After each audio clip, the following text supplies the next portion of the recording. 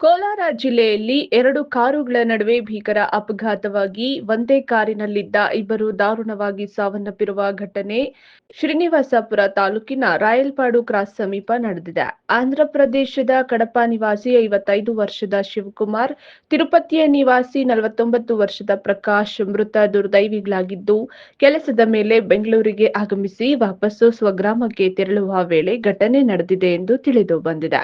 Rayalpadu police ಠಾಣಾ ವ್ಯಾಪ್ತಿಯಲ್ಲಿ ಘಟನೆ ನಡೆದಿದೆ.